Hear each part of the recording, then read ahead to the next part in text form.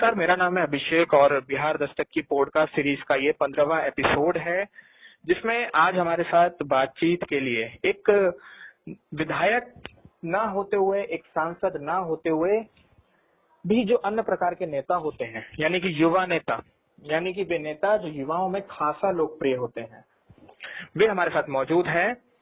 Badaun Lok Sabha seat से खास ताल्लुकात रखते हैं। इसके अलावा सहसवान विधानसभा सीट में भी इनकी अच्छी पकड़ है। यूपी की प्रमुख विपक्षी पार्टी समाजवादी पार्टी के युवजन सभा के पूर्व सचिव हमारे साथ बातचीत के लिए मौजूद हैं। बहुत बहुत शुक्रिया यादव जी हमारे साथ जुड़ने के लिए। मैं एक बार चाहूंगा यादव जी, आप अपना परिचय और अपनी पार्टी का परिचय दोनों दे दें।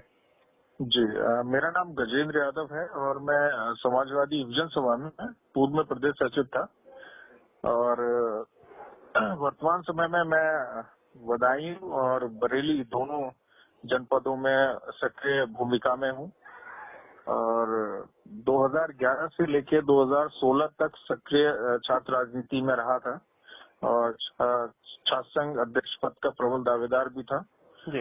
किसी कारणवश टिकट न होने के कारण मैं चुनाव नहीं लड़ पाया उस समय और इस समय समाज में लगे हुए हैं। पार्टी संगठन जो हमें कार्य दायित्व देता है उसका निर्वहन करते हैं अच्छे से। जी गजेंद्र जी, कोरोना लॉकडाउन चल रहा है। कोविड-19 का तीसरा चरण देश में आने वाला है। एम्स के डॉक्टरों ने एक रिपोर्ट निकाली है जिसमें उन्होंने दावा किया है कि कोरोना जून और जुलाई के माह में अपने चरम पर होगा। जी। ऐसे में केंद्र सरकार की जो तैयारियां हैं, खास तौर पर उत्तर प्रदेश के लिए और उत्तर प्रदेश में भी पश्चिमी उत्तर प्रदेश के लिए, जी, उन पर क्या राय है आपकी? देखिए, केंद्र सरकार और राज्य सरकार पूरी तरीके से फेल है। कोविड-19 में जो आपदा है, इसमें बहुत बुरी तरीके से देश एक आर्थिक स्तर से, सामाजिक स्तर से पूरी तरीके से खोखला हो चुका है। देश में अघोषित इमरजेंसी जैसे हालात हैं। चाहे वो किसी भी मुद्दे पे ले लीजिए, इन्होंने जब लॉकडाउन इंडिया में किया था, इन्होंने कोई भी स्ट्रेटेजी तैयार नहीं की थी जिससे कि लोग अपने घरों तक पहुंच सकें। लोग आज भी सड़कों पर हैं, मजदूर, बेबस लोग, भूखे, जिनके पास पहनने के लिए कपड़े तो हैं लेकिन खाने के लिए रोटी नहीं है। लगातार वो लोग चल रहे हैं, 400-400, 500-500 किलोमीटर का सफर पैदल, साइकिल से वो लोग कर रहे हैं और 2-2, 3-3 दिन भूखे रह के, मतलब क्या स्थिति है वो, मतलब बहुत दयनीय स्थिति है हमारे देश में इस समय मजदूरों की। दूसरी चीज, अभी इन्होंने जो ट्रेन से जो मजदूरों का पलायन दूसरे स्टेट से, जैसे मान के चलिए मुंबई महाराष्ट्र से ये लोग यूपी में भेज रहे हैं, तो अभी कई न्यूज ऐसी वायरल हुई थी जो जिनके अच्छे सोर्सेस थे, उसमें पता चला है कि इन लोगों ने जिन पे पैसे थे उनको तो बैठने दिया ट्रेन में और जिनके पास पैसे नहीं थे उन्होंने इन लोगों ने उनको वापस कर दिया। मैं अपनी पार्टी की बात करूं तो राष्ट्रीय अध्यक्ष जी ने जब ये लॉकडाउन हुआ था, उन्होंने अपने कार्यकर्ताओं को संबोधित करते हुए कहा था कि प्रत्येक कार्यकर्ता सोशल डिस्टेंस को मेंटेन करते हुए जितनी हो सके उतनी संभव सहायता करे अपने आसपास के लोगों की, और हम लोग कर भी रहे हैं। हमारे अन्य साथी, हमारी पार्टी के और अन्य पदाधिकारी, कार्यकर्ता जो लोग हैं, सोशल डिस्टेंसिंग का पालन करते हुए, पूरा मास्क वगैरह सब यूज करते हुए, पूरा खाने वाने का जो जितना हो सकता है हम लोग कर भी रहे हैं। लेकिन कुछ चीजें हैं जो हम लोगों के बस से भी बाहर हैं। अब जो मजदूरों का एक मुद्दा है, अन्य प्रदेशों में जो लोग फंसे हुए हैं, सोचे वो लोग होली पे गए थे और होली पे उन लोगों के पास कितना राशन होगा, कितने पैसे रहे होंगे कि आदमी छुट्टी से जब घर वापस जाता है ना, घर से अपने जब काम पे जाता है तो ज्यादा मुश्किल 1000-2000 रुपए लेके जाता होगा। अब 1000-2000 रुपए में मार्च से मान लीजिए अब तक अप्रैल मई 2 महीने होने को हैं और 2 महीने में किन हालातों में उन्होंने कैसे अपना खाने का किया होगा, कैसे उन्होंने अपना पहनने को किया होगा, किस तरीके से, मतलब बहुत बुरी स्थिति है। आप सोचिए देश की, बस कैसे भी ये जो इस समय विपत्ति का समय है ये कैसे भी गुजर जाए। हम लोग की अर्थव्यवस्था बिल्कुल चौपट हो चुकी है, व्यापार ठप पड़ा हुआ है, शराब की दुकानें खोल दी हैं, मतलब ये एक तरीके से और भयावह स्थिति करने के लिए लोग आगे जा रहे हैं। सरकार पूरी तरीके से विफल है। हाँ, गजेंद्र जी, चूंकि आप एक सोशलिस्ट पार्टी के युवा नेता हैं, खासतौर पर जब समाजवादी पार्टी की बात होती है तो मजदूर और किसान इनका प्रमुख मुद्दा होते हैं जी। ऐसे में यहाँ पे मजदूरों की बात हो गई, लेकिन किसानों की बात नहीं हो रही है, और अगर हो भी रही है तो एक दबे स्वर में हो रही है। आप भी जानते हैं कि पश्चिमी यूपी और पूरे यूपी में समय फसल की कटाई का समय है जी। लेकिन कोविड-19 और लॉकडाउन चल रहा है। ऐसे में किसान अपनी फसल बेचने तक के लिए कई तरह की रिपोर्ट्स आ रही हैं कि किसान अपनी फसल बेचने मंडी तक नहीं पहुंच पा रहा है। किसानों के लिए क्या सरकार को करना चाहिए? देखिए, मैं भी एक छोटा मोटा फार्मर हूँ, मेरी भी फार्मिंग है और मैं इस समय फार्म पे ही हूँ अपने। हालात तो बहुत ज्यादा भयावह हैं किसानों के भी, मैं आपको बताऊं। अभी जब ये लॉकडाउन हुआ था, इस समय पुलिस ने इतनी शक्ति की थी कि किसान अपनी फसल काटने तक के लिए मतलब परेशान था, है ना। लोग खेतों में फसल खड़ी हुई है, फिर आंधी है, पानी है, इनसे काफी फसलें बर्बाद भी हुई। अभी अब तो खैर ऑलमोस्ट कटाई का जो है वो सब हो चुका है, लोग गेहूं है वो उनके घरों में पड़ चुका है। लेकिन जो बेचने की बात है ना, मार्केट में जाके जो सरकारी मूल्य है वो 1925 रुपए है, ठीक है। लेकिन यहाँ जो रेट है, जो यहाँ के लोकल जो व्यापारी हैं वो 1500-1600 मैक्सिमम 1700 रुपए में मतलब गेहूं यहाँ से ले रहे हैं। अब सोचिए कि किसान की एक पूरे साल की एक मेहनत होती है ना। सही बात है। अब उसमें उसका अगर दाम, उसके मुंह मांगा दाम, जो कीमत जो सरकार तय करती है, अगर वो नहीं मिलेगा तो वो क्या खाएगा इस विपत्ति में, और क्या अपने बच्चों को खिलाएगा, क्या उनको पढ़ाई में खर्च करेगा, मतलब क्या उसके पास कोई दूसरा रास्ता तो नहीं है ना। तो कहाँ कमी रह गई सरकार के इस प्रकार के कार्यक्रम को आयोजन करने में, खासतौर पर जब इन्होंने रिलीफ पैकेज की घोषणा करी उत्तर प्रदेश को लेकर, फिर चाहे वो केंद्र ने उत्तर प्रदेश को लेकर की हो या राज्य ने, खासतौर पर यूपी की सरकार ने की हो अपने किसानों के लिए, तो कहाँ का देखिए इस कदर भ्रष्टाचार लिप्त है ये सरकार, है ना, कि जो पैसा इन्होंने दिया किसानों के लिए वो किसानों तक पहुंचा ही नहीं। आप मानिए इन्होंने कि जिनके पास आधार कार्ड है, जिनके पास बैंक की वो है, जिनके पास जो खाते हैं, अब कितने लोगों के पास गांव में खाते होंगे। मैं खुद बता रहा हूँ ना, यहाँ पे यहाँ के हालात ये हैं कि जो राशन यहाँ लोगों के पास आता है, यहाँ के जो डीलर हैं, लोकल डीलर हैं, जो कोटेदार हैं, जिसको 15 किलो अनाज अगर मिलना चाहिए जिस परिवार को, तो उसको 7 या 8 किलो अनाज उसको दिया जाता है, ठीक है। सरकार ने कहा था कि 3 महीने हम फ्री राशन देंगे, फ्री सिलेंडर देंगे, कोई व्यवस्था नहीं है। सही, सरकार दावा कर रही है, उन्होंने दिया है, सरकार दावा कर रही है, सरकार दे रही है, सरकार ने दिया होगा, लेकिन यहाँ लोगों को नहीं मिल रहा है।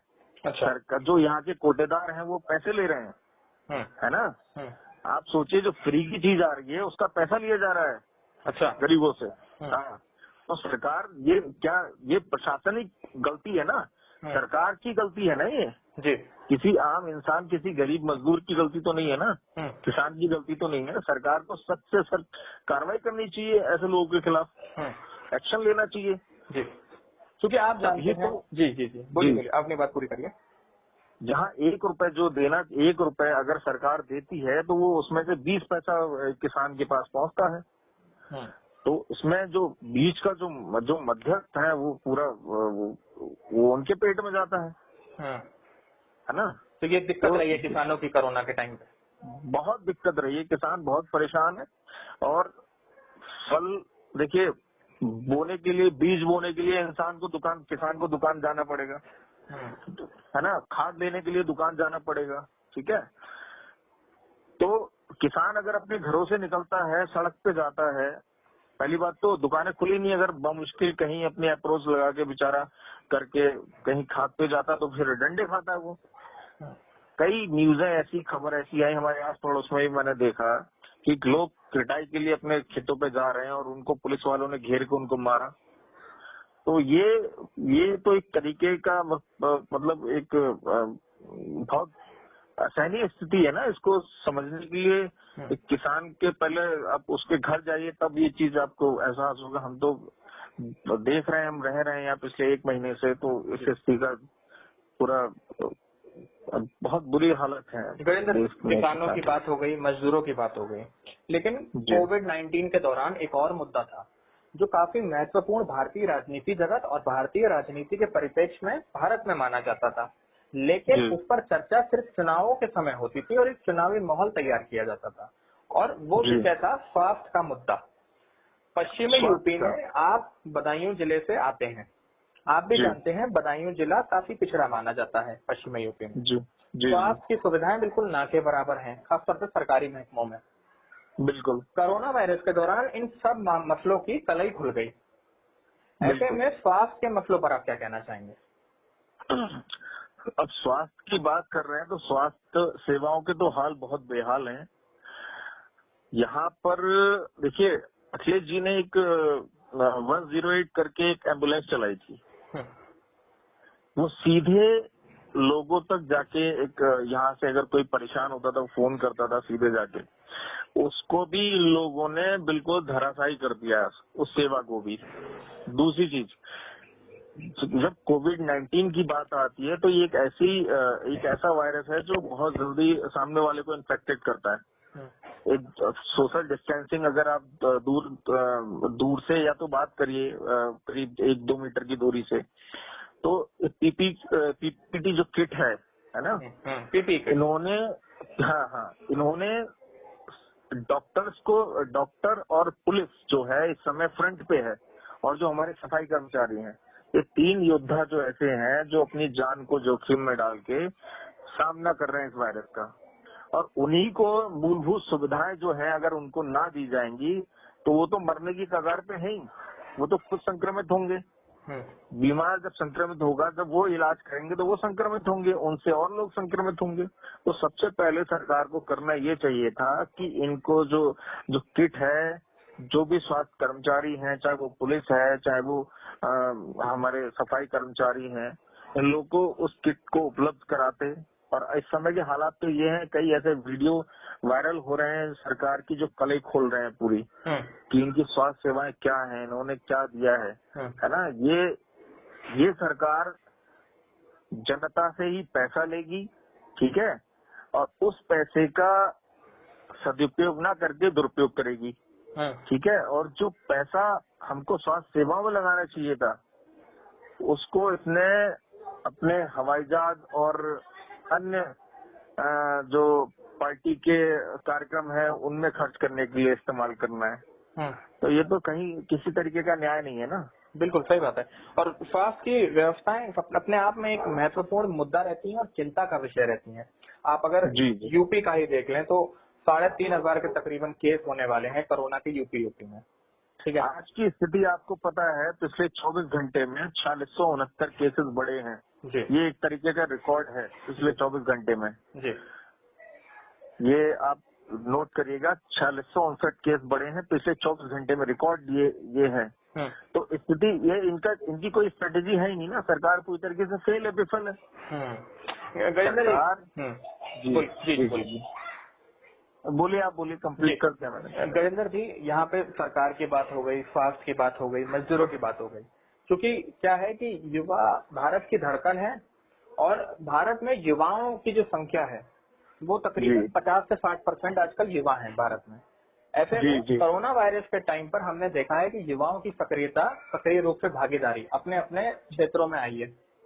ऐसे में आप भी युवा नेता रहे हैं, तो इस मुद्दे को आप कहाँ पे देखते हैं? क्योंकि आप लोग अभी ना किसी पॉलिटिकल पार्टी के विधायक हैं, ना किसी राजनीतिक दल के सांसद हैं, ना आप पॉलिट ब्यूरो में हैं। आप क्या है, एक फ्रंट लाइन युवा नेता जो होता है, जो सोच होता है किसी पॉलिटिकल पार्टी की, आपको ऐसे में कोरोना वायरस में आप क्या कर रहे हैं, थोड़ा सा इसके बारे में बताइए। देखिए, मैं आपको बताऊं, मैं आज ही हमारे एक साथ का बच्चा था, मैं उससे आज बातचीत कर रहा था कि इस समय इंसान को तो रोटी की दिक्कत है ही है, लेकिन जो जानवर हैं वो भी बहुत ज्यादा परेशान है। उनको जब लोग सड़कों पे नहीं होंगे तो उनको रोटी कहाँ से मिलेगी, है ना। इंसान तो है ही परेशान, जानवर भी परेशान है। तो हम तो कोशिश इतना किए कि जो हमारे आसपास के लोग हैं, मैं इतना ही कर सकता हूँ ना कि मेरा जो सर्किल है, मेरे आसपास के जो घर हैं, जो हमारे जिन्हें मैं जानता हूँ, या मेरे पास अगर कोई इस तरीके का फोन आता है, एटलीस्ट वो रात में भूखा ना सोए। तो मैं कह रहा था उस बच्चे से, मैंने कहा यार ईश्वर मुझे इतना कर दे कि मेरी आंख से मैं जहाँ तक देख सकूं वो इंसान भूखा ना रहे जी। मतलब मैं इतना सक्षम मुझे कर दे ऊपर वाला कि मैं अपनी आंखों से जहाँ तक देख सकूं वो इंसान भूखा ना रहे। तो हम लोग, हमारे राष्ट्रीय अध्यक्ष जी ने कहा था कि जब शुरुआत में जब लॉकडाउन हुआ था कि हम लोग अपने स्तर से जितना हो सकता है सोशल डिस्टेंसिंग को मेंटेन करते हुए जितनी लोगों की मदद हो सकती है, कोई हमारे यहाँ से भूखा ना सोए, उनको पर्याप्त भोजन उपलब्ध हो सके। अभी मैंने हमारे पास में एक घर है, मैंने उनसे पूछा कि आप कैसे, उनके 9 बच्चे हैं। तो हमने पूछा आप कैसे अपना खर्चा करते हो, बोले बेटा पहले तो हम दिल्ली हमारे बच्चे चले जाते थे, अब तो वहां भी नहीं जा सकते। तो हमने कहा जो भी हमसे संभव आपकी मदद चाहिए हो तो आप हमें बताना, हम आपकी मदद करेंगे पूरी। और उन्हें हमें बताया, हमने मदद की भी उनकी। तो जितना भी हमारे व्याप से हो सकता है हम लोग कर रहे हैं। अब जो सरकार को जो काम करना चाहिए तो वो तो सरकार ही करेगी ना जी।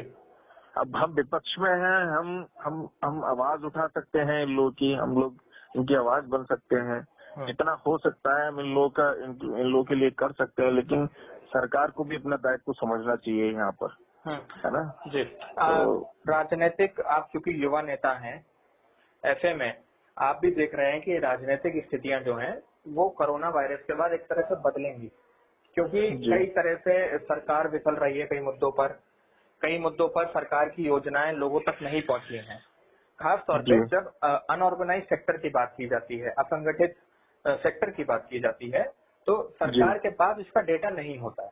सरकार ऑर्गेनाइज सेक्टर का तो डेटा अपने पास पूरा मैनेज करके रखती है, लेकिन अनऑर्गेनाइज सेक्टर की डेटा उन्हें नहीं पता होता कि यूपी से कितने मजदूर गए दिल्ली नौकरी करने, यूपी से कितने मजदूर गए महाराष्ट्र नौकरी करने। हाल ही में आपने अभी एक किस्सा सुना होगा कि महाराष्ट्र के पास औरंगाबाद उधर की तरफ मजदूरों की ट्रेन से कटकर मौत हो गई। जी। रोटियां जमीन पर बिखरी हुई थी। बहुत ही एक तरह से कहा जाए तो एक भावुक करने वाला वो दृश्य था। ऐसे में यूपी के मजदूरों के लिए, खासतौर पर यूपी या बिहार हो गया, इनके लिए सरकार को किस तरह से अपनी रणनीति में परिवर्तन लाना चाहिए? देखिए, सरकार को करना ये चाहिए कि जहाँ जहाँ मजदूर हमारे फंसे हुए हैं, सबसे पहले उनके जाने की उचित व्यवस्था करनी चाहिए, चाहे वो बसें लगाएं, चाहे वो ट्रेन लगाएं। ठीक है, जब हम विदेश से लोगों को यहाँ बुला सकते हैं। अभी आपने अगर पढ़ा होगा, आपने सुना भी होगा, अभी कल या परसों में विदेश से फ्लाइट से कुछ भारतीयों को बुलाया गया है, वंदे भारत मिशन। लेकिन उनसे किराया वसूला गया। नहीं, बिल्कुल किराया वसूला गया है, लेकिन वो सक्षम लोग हैं ना जी। आप एक चीज देखिए ना, वो सक्षम लोग हैं। तो उनसे अगर आप जहाँ 10,000 है वहाँ 20,000 भी नहीं 50,000 भी देने को। आपको पता होगा मुंबई के दो उद्योगपति हैं, उनके 2 बच्चे इंग्लैंड से बुलाए गए थे। उनका एक दिन का किराया आपको पता है कितना था जी? बताइए। 12.5 करोड़ रुपए। उन्होंने प्राइवेट चार्टर्ड प्लेन उन्होंने भेजा इंग्लैंड से, और वहां से। तो ये सक्षम लोग हैं, लेकिन मैं बात कर रहा हूँ मजदूरों की, जिनके पास खाने के लिए इस समय रोटी नहीं है, वो कहाँ से किराया देंगे? तो सबसे पहली प्राथमिकता ये है कि उनके किराए को माफ करके उनको बाइज्जत उनके घरों तक पहुंचाया जाए। ठीक है, चाहे उससे पहले उनके घर पहुंचा के घर ना पहुंचाएं, तो उससे पहले जो जिला जो पड़ता है उसके बॉर्डर पे ही उनको क्वारंटाइन किया जाए, जो एक नियम है इसके कोविड-19 के, है ना। लेकिन उनको कम से कम उनके घरों तक तो पहुंचाया जाए। अब क्या है कि सरकार कर रही है कि भाई ऑनलाइन टिकट आप लीजिए। ठीक है, आज मैंने पढ़ा था कि जो ट्रेन वहां से चलेगी उसमें से क्या नाम है, स्लीपर और जो जनरल के जो कोच हैं वो हटा दिए गए हैं डिब्बे, सिर्फ एसी कोच है उसमें। तो आप सोचिए कि एसी का जो किराया होगा क्या एक मजदूर वहन कर पाएगा? नहीं, बिल्कुल नहीं कर पाएगा। बिल्कुल या उसके पास कोई फोन है, मल्टीमीडिया फोन है जिसपे जो ऐप इंस्टॉल हो वो ऑनलाइन टिकटिंग खरीद पाएगा? नहीं कर पाएगा। वो टिकट बुकिंग क्या, उसे कुछ भी नहीं पता है। तो ये जमीनी बात नहीं है ना, ये सब ये हवा हवाई है, इनका कोई उद्देश्य नहीं। इनका उद्देश्य बस ये है कैसे भी इंसान परेशान हो, है ना। आप खुद को प्रधान सेवक समझते हैं, प्रधान सेवक कहते हैं, तो आपका दायित्व तो बनता है कि जो आपकी जनता है वो कम से कम सुकून से रह पाए और उनका वो अपने घर तक आराम से पहुंच जाए। आप ऐसी फोटोज वायरल हो रही हैं, लोग ट्रकों से जा रहे हैं, लोग सीमेंट की गाड़ियों से निकल रहे हैं, मतलब ये हृदय विदारक दृश्य है। अभी आपने बताया 16 लोग जो मरे हैं, बहुत बहुत बुरी घटना थी। रोटी के लिए इंसान जाता है, मजदूर ट्रैक पे चल रहा है, वो बेचारा अफवाहों का शिकार हो रहा है। उसको अफवाह मिलती है कि ट्रैक पे आप चले जाओ, वहाँ पे कोई ट्रेन या गाड़ी इत्यादि मिल जाएगी ट्रेन से संबंधित, उसमें आप बैठ के चले जाना। वो बेचारा अफवाह के चलते 100 किलोमीटर चल पड़ा है। दिल्ली पे, दिल्ली बॉर्डर पे देखें, दिल्ली यूपी बॉर्डर पे, वहाँ पे मजदूर चल पड़ा है। जी, हर प्रदेश की सरकार को करना चाहिए। जैसे अब दिल्ली के जो लोग हैं, दिल्ली से जो यूपी में लोग आने चाहिए, तो दोनों सरकारों को आपस में सामंजस्य बना के आपस में एक ऐसा कोई मतलब एक इस तरीके की स्ट्रेटेजी तैयार करनी चाहिए कि जो मजदूर जो है वो बिना किसी पैसे के अपने घर तक पहुंच जाए। सरकार बाहर से लाने वालों के लिए, अभी जो टिकट का पैसा इन लोगों ने लिया जो बाहर से आए, उससे पहले जो लोग आए थे उनसे तो पैसा नहीं लिया था ना। तो क्या हम अपने मजदूरों के लिए इतना नहीं कर सकते? लेकिन जब वोटिंग होती है, जब 2 बार फेल हो गया जब वोटिंग होती है, जब वोटिंग होती है तो सबसे पहले यही मजदूर, यही गरीब तबका जो होता है सबसे पहले लाइन में लगता है। और यही मिलेनियर जो लोग हैं, यही जो पैसे वाले लोग हैं, करोड़पति लोग, ये सबसे बाद में आते हैं। और कुछ तो आते भी नहीं है वोट डालने, सरकार यही लोग बनाते हैं जी। लेकिन सर सामंजस्य 2 बार फेल हो गया आपका पहला सामंजस्य फेल हुआ जब आनंद विहार में भीड़ उमड़ी, पहला, और दूसरा तब हुआ जब मुंबई में भीड़ उमड़ी। आपने भी देखा कि हजारों की तादाद में मजदूर इकट्ठा हो गया। बाद में वो अलग मसले निकले कि कुछ मजदूर अफवाहों के चक्कर में आ गए थे, कुछ मजदूरों को लगा कि ट्रेन चलने लगी है, लेकिन लॉकडाउन में तो धज्जियां उड़ गई। नहीं, तो ये फेलियर है ना, ये गवर्नमेंट का फेलियर है, ये तो सरकार का फेलियर है। सरकार को इसमें कठोर कदम उठाने की आवश्यकता है। तुरंत जो इस तरीके के जो मैसेज जो है इनको कन्वे करता है, उनके खिलाफ सख्त से सख्त कार्रवाई करे, ताकि इस तरीके भविष्य में कोई इस तरह की घटना ना हो सके। आप सोचिए, लाखों लोग आनंद विहार में से अगर कोई घटना हो जाती बड़ी, तो क्या होता देश में? हजारों लोग मर जाते जी। और मैं खुद देख रहा हूँ, मैं एक बार अभी दिल्ली से आया था इसी बीच में, तो मैं देख रहा था हजारों लोग सड़कों पे थे जो पैदल आ रहे थे। हमारे यहाँ खुद कम से कम 150 लोग जो हैं हमारे क्षेत्र में, ये लोग पैदल चल के दिल्ली से आए हैं। एक 14 साल का बच्चा दिल्ली से अभी पैदल चल के, अभी 6-7 दिन पहले की बात है, वो दिल्ली से चल के पैदल आया, दो रात में वो पैदल चल के आया था। तो बहुत भयावह स्थिति है, बहुत ज्यादा विकराल स्थिति है। देश एक आग के बारूद पे है ना, एक बारूद के ढेर पे है।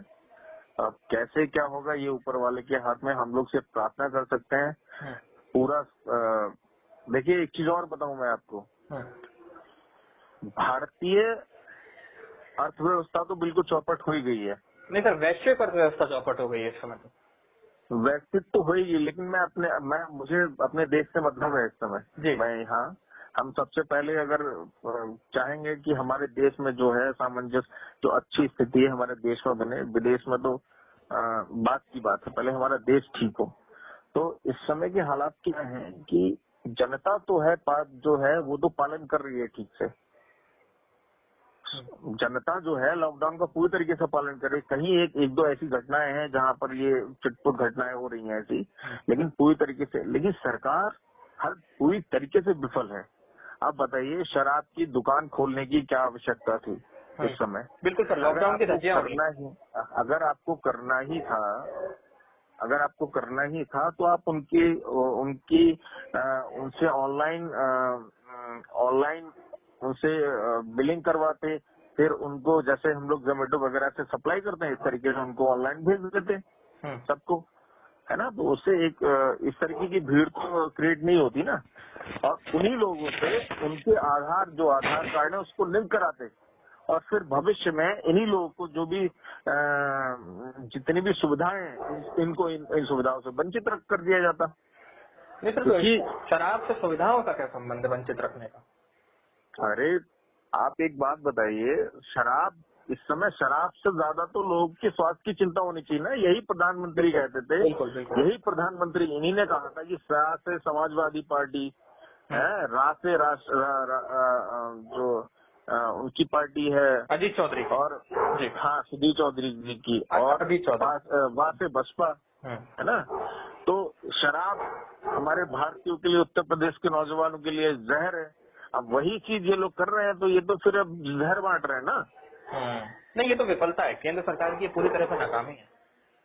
तो केंद्र सरकार इस माध्यम से पैसा कमाना चाहती है, तो बहुत ज्यादा निराशाजनक बात है।